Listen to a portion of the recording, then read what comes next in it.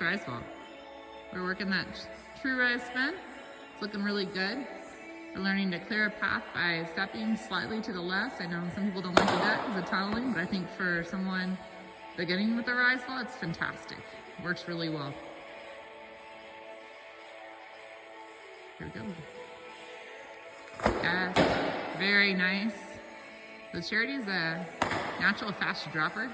And now we're gonna split the zone and conquer that rise ball. We're having fun tonight. It's a breakthrough night for her when it comes to spin. It's looking really good.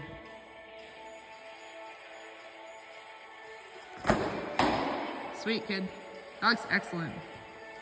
Are we happy? All right, cool.